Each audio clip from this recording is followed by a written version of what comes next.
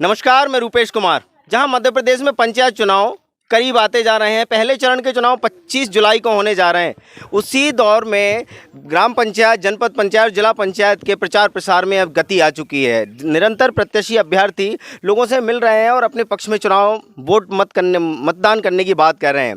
इसी दौरान हम निरंतर सोहागपुर जनपद पंचायत के अंतर्गत आने वाले जनपद, जिला या ग्राम पंचायत सभी यहाँ विजिट कर रहे हैं, लोगों से मिल रहे हैं कि किन मुद्दों पर चुनाव हो रहा है, किन मुद्दों को लेकर प्रत्याशी जो हैं वो लोगों के बीच में जा रहे हैं और कैसे होगा इस बार ग्राम पंचायतों का विकास और कैसे आदर्श ग्राम पंचायत का सपना देखा जाएगा।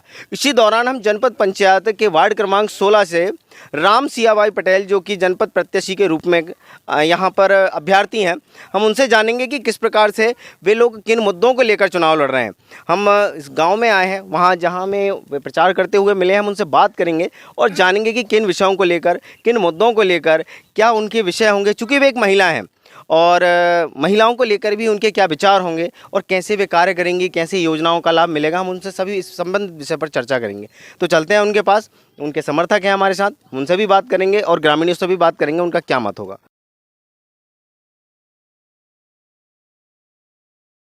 है वो विषय देखने को मिला है, वे व्यवस्थाएं सामने आई हैं जो कि अभी तक हमने किसी भी ग्राम पंचायत में नहीं देखी।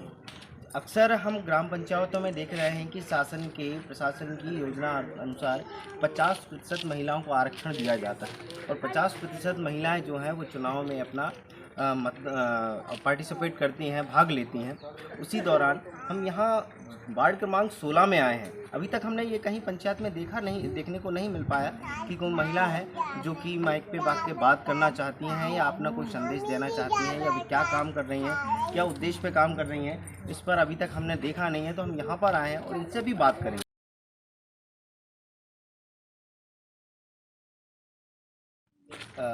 नमस्ते मैम।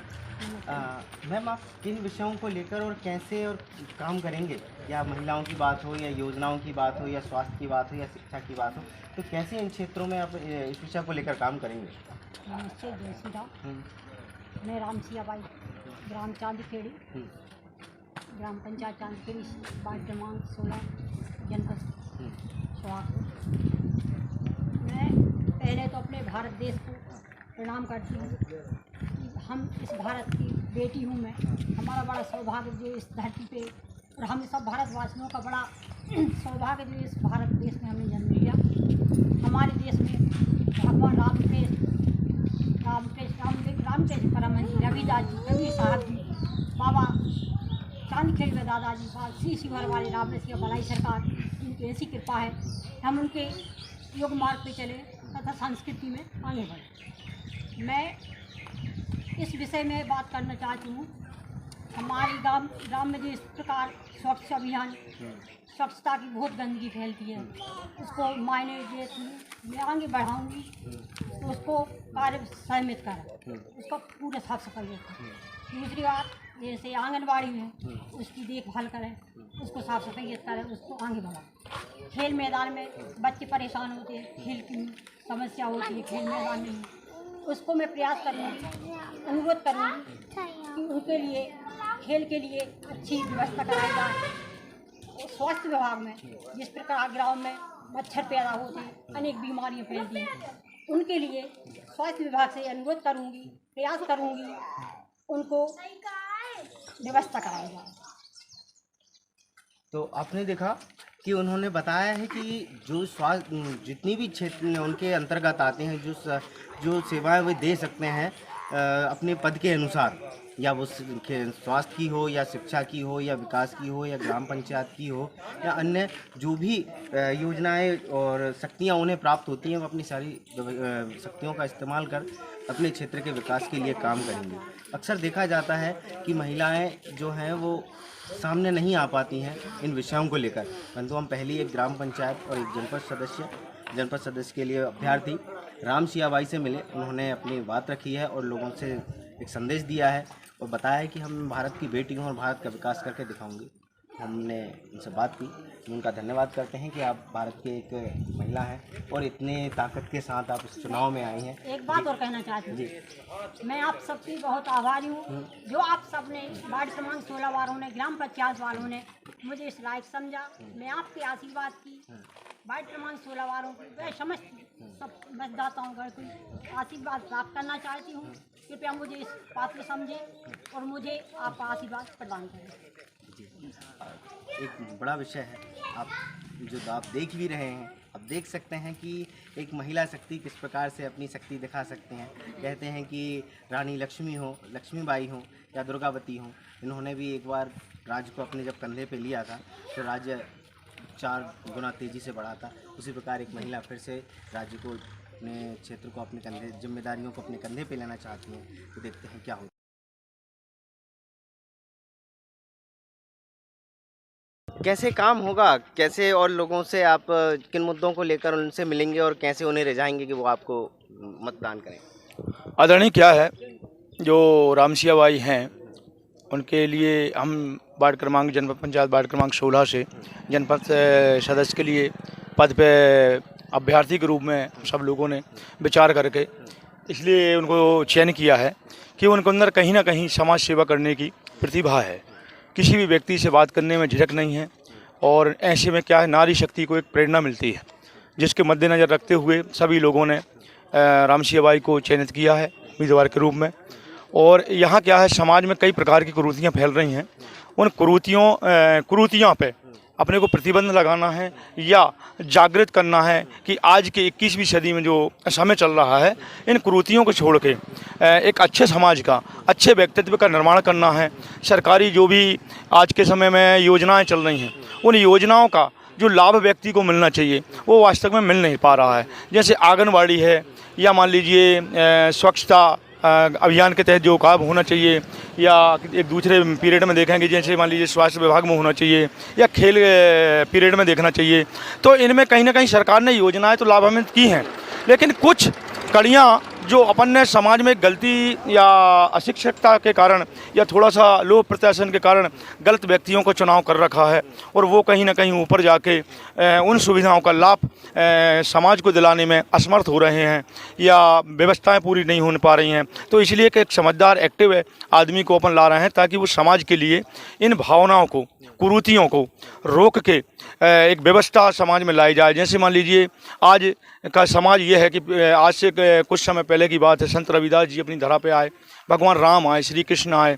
समस्त अपना जो भारत देश है वो सब धर्मों का समर्थन करता है, किसी एक व्यक्ति विशेष के धर्म को नहीं करता। और सबसे पहले कोई एक धर्म ऐसा नहीं है, हिंदू हो, मुसलमान हो, सिख हो, ईसाई हो या हरिजन लोग हों, ये जो भेदभाव की हीन भावना चल रही है। आजकल कई प्रकार की पार्टियां चल रही हैं जो तरह तरह से जातिवाद पे, धर्मवाद पे लड़ाइयों का काम करती हैं। तो कहीं ना कहीं मेरा विचार ये कहता है कि सबसे पहले किसी भी धर्म से पहले मानव जाति एक है। मानव कोई धर्म और मजहब में नहीं आता, मनुष्य एक ही प्रजाति, चाहे वो हिंदू हो, मुसलमान हो, हरिजन हो या मान लीजिए गुर्जर समाज हो या प्रविया हो, पंडित, सबसे पहले मानव धर्म आता है। तो ये प्रेरणा हमारे संत रविदास जी जो थे उन्होंने आज से कई समय पहले कि भैया ये छुआछूत की भावना उस समय बहुत ज़्यादा हुआ करती थी। उसमें क्या लोग हरिजनों से अछूत व्यवहार का वो रखते थे। तो संत रविदास ने कहा कि आत्मा अगर निर्मल हो तो उठा के मैं कटौती में से गंगा निकालता हूँ। तो इन चीज़ों को सबको रखते हुए समाज को एक बनाना है। ये कुरीतियाँ जो चल रही हैं, बुरे विचार चल रहे हैं, मान लीजिए अनाचारिता फैल रही है, उनको सबको बंद करने के लिए हमारा प्रयास रहेगा। मेन बिंदु हमारे जो हैं, जैसे आंगनबाड़ी चल रही है, जहाँ आंगनबाड़ी केंद्र नहीं है वहाँ आंगनबाड़ी केंद्र का निर्माण करवाया जाएगा, या जो हैं जिनमें सिस्टम से काम नहीं चल रहा है, बहुत अच्छे क्वालिटी का गुणवत्ता का भोजन नहीं मिल पा रहा है, या गांव-गांव में हर वार्ड में हर पंचायत में नालीकरण की व्यवस्था नहीं है तो उनमें गंदगी पड़ी हुई है, मलबा डला हुआ है।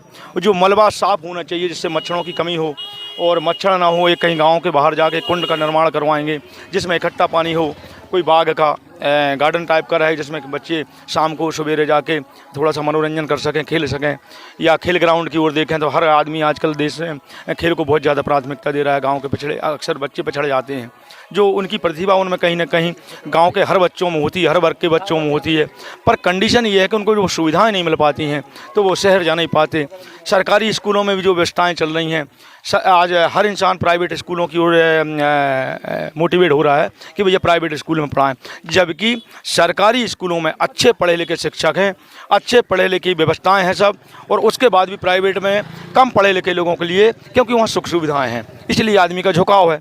भले कम पढ़े लिखे हों, कम व्यवस्थाएं हों, उसके बाद भी मान के चलिए सरकारी स्कूल में छोड़ के और गवर्नमेंट प्राइवेट में जा रहे हैं, तो अपने यहाँ जो अव्यवस्थाएं फैली हैं, टाइम से आना नहीं आना, या आंगनबाड़ी में सही तरीके गुणवत्ता का भोजन नहीं मिलना, तो तमाम कुरीतियाँ, जैसे मान लीजिए गांव में मलेरिया के जब मच्छरों का प्रकोप होता है तो हर गांव में कायदे से सरकार तरफ से शायद कहीं ना कहीं योजना होगी कि हर गांव में दवा का छिड़काव हो, जिससे मच्छर कीट पतंगे जो है नष्ट होना चाहिए, बीमारियां कम फैलें। आज अपन देखते हैं शौचालय प्रति हर एक गांव में भारत सरकार ने निर्माण करवाए, लेकिन कहीं ना कहीं आज भी अपन देखते हैं 25-30% लोग बाहर शौच के लिए जाते हैं। इन सब चीज़ों में उनको प्रतिबंध लगाना है, उनको किसी एक व्यक्ति को गाइडेंस में रखना है कि भैया बाहर न जाएँ, जिनके यहाँ नहीं है उनका यहाँ पर निर्माण करवाने का व्यवस्था बनाएंगे, जिनके यहाँ है तो आप उसका उपयोग करिए। ये सारी सुविधाओं को, जैसे मान लीजिए बारिश के समय लाइट चली जाती, 2-3 दिन लाइट नहीं आती, गर्मी का समय रहता है तो लाइट जा रही है तो 3 दिन नहीं आ रही है, 1.5 दिन नहीं आ रही है, तो क्यों नहीं आ रही है? अपने गांव के हर इंसान को जागरूक करेंगे, उसमें व्यवस्था क्या है। जैसे बरसात आई, बरसात के पहले जो झाड़ पेड़ होते हैं, कोई झाड़ गिर गए लाइन पे, या मान लीजिए कोई कटौती का विषय हो गया तो वो लाइट नहीं आ पाती उन रीजनों से, तो इनकी विद्युत विभाग से निवेदन करके, आवेदन करके, अपील के तहत कि भैया बरसात से पहले आप रोड के किनारे जितने भी मान लो तार झाड़ पेड़ हैं, इनको छटिंग करवाई जाए, कटिंग करवाई जाए, ताकि किसी भी प्रकार से लाइट की कमी ना रह सके। ये असुविधाएं लोगों को एक छोटी छोटी भूल के कारण या जवाबदारियां लोग नहीं ले रहे हैं, उसके कारण जो भोगना पड़ता है वो ना भोगना पड़े। और समाज में सबसे पहला एक मानव धर्म का प्रचार करना है। मानव धर्म का जब हम सामूहिक रूप से इकट्ठे होंगे, कोई एक व्यक्ति विशेष नहीं कर सकता, सामूहिक रूप से हमारी जब शक्ति सामने आएगी, नारी शक्ति खासकर जो घर में गृहिणी रहती हैं, वो साफ स्वच्छता का विशेष रूप से ध्यान रखती हैं, परिवार को समाज के जोड़ने का, समाज के इन सब में व्यवस्था कहीं ना कहीं नारी शक्ति है, लेकिन मर्यादा बस आज वो पीछे है। तो नारी शक्ति को गवर्नमेंट ने भी मतलब बढ़ावा दिया है, हम भी बढ़ावा दे रहे हैं, आज जगह जगह के जाके प्रचार भी कर रहे हैं, और ऐसे प्रोत्साहन बहन को, बेटियों को, बहुओं को हम चाहते हैं कि हम करेंगे। और सभी भारतवासियों से हमारा एक विशेष कर निवेदन है कि जो भी समाज में सेवा करना चाहता है, वो किसी कारण अगर पीछे होता है, सब उसको सहयोग करें।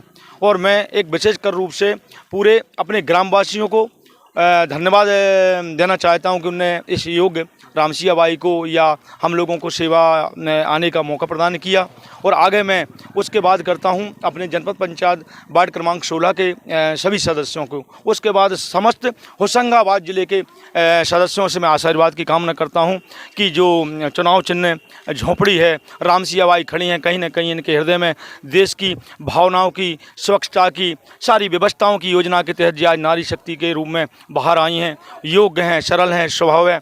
उसके बाद मैं भारत देश को, समस्त भारत देश को प्रणाम करना चाहता हूं, इसी को रखते हुए कि भैया जो भारत देश अपना है ये धर्म प्रधान देश है, इसमें किसी का भी धर्म का खंडन नहीं हुआ, भेदभाव नहीं हुआ है, समस्त धर्मों को समान रूप से मान्यता देता है। इस भारत धरती पर जन्म लेने वाले समस्त बंधुओं को मैं सादर नमन करता हूं कि वो बड़े भाग्य पुरुष हैं जो भारत धरती पे राम, कृष्ण और सीता, रविदास जी, कबीर साहिब जी, ऐसे महान संतों ने इस धरा पे जन्म लिया है। कहीं ना कहीं अपने ज़मीर को बेचने का प्रयास ना करें, गलत हाथों में अपनी बागडोर न बेचें। थोड़ा बहुत प्रलोभन चलता है, लेकिन किसी गलत कैंडिडेट को छोटे से प्रलोभन के रूप में रखते हुए ऐसे आदमी को बागडोर न संवार दें, जिससे अपना वार्ड, ग्राम पंचायत, तहसील, जिला या देश की नींव हिले जाए। और आगे आप ही सब लोग समझदार हैं। मैं सभी भाई बंधुओं से निवेदन करता हूं कि विशेष रूप से इस बात को ज़रूर ध्यान दें, यहाँ कोई व्यक्ति विशेष नहीं है। सर्वप्रथम गांव, गांव के बाद पंचायत, पंचायत के बाद जनपद पंचायत, जनपद पंचायत के बाद जिला, और जिला के बाद देश को एक ऐसी कठोर शक्ति प्रदान करना, ज़मीर को मत बेच देना, क्योंकि ज़मीर का बिका हुआ इंसान ना खुद का होता है न समाज का होता है। इसलिए भाई बंधुओं, मैं सबसे हाथ जोड़ कर प्रार्थना करता हूं कि मैं मेरे लिए नहीं, एक सही व्यक्तित्व के लिए वोट मांगता हूं। अगर मेरे को आपको सही समझ में आता हो तो आप वोट कीजिएगा, अन्यथा मत कीजिएगा। क्योंकि बहुत आदमी जो धन वाले हैं वो धन से, ताकत वाले ताकत से, लेकिन हम लोगों को तो सब आपके आशीर्वाद की कामना है, और आशीर्वाद से बड़ा धन की शक्ति नहीं होती। जय हिंद, जय भारत।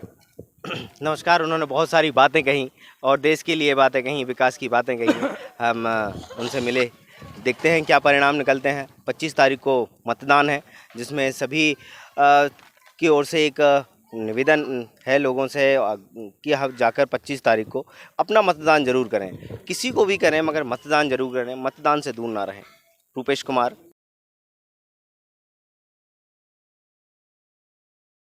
अपने शहर, अपने प्रदेश की ताज़ा खबरों के लिए लाइक करें, शेयर करें, सब्सक्राइब करें और हाँ, बेल आइकन दबाना ना भूलें, क्योंकि खबर हमारी, फैसला जनतंत्र का।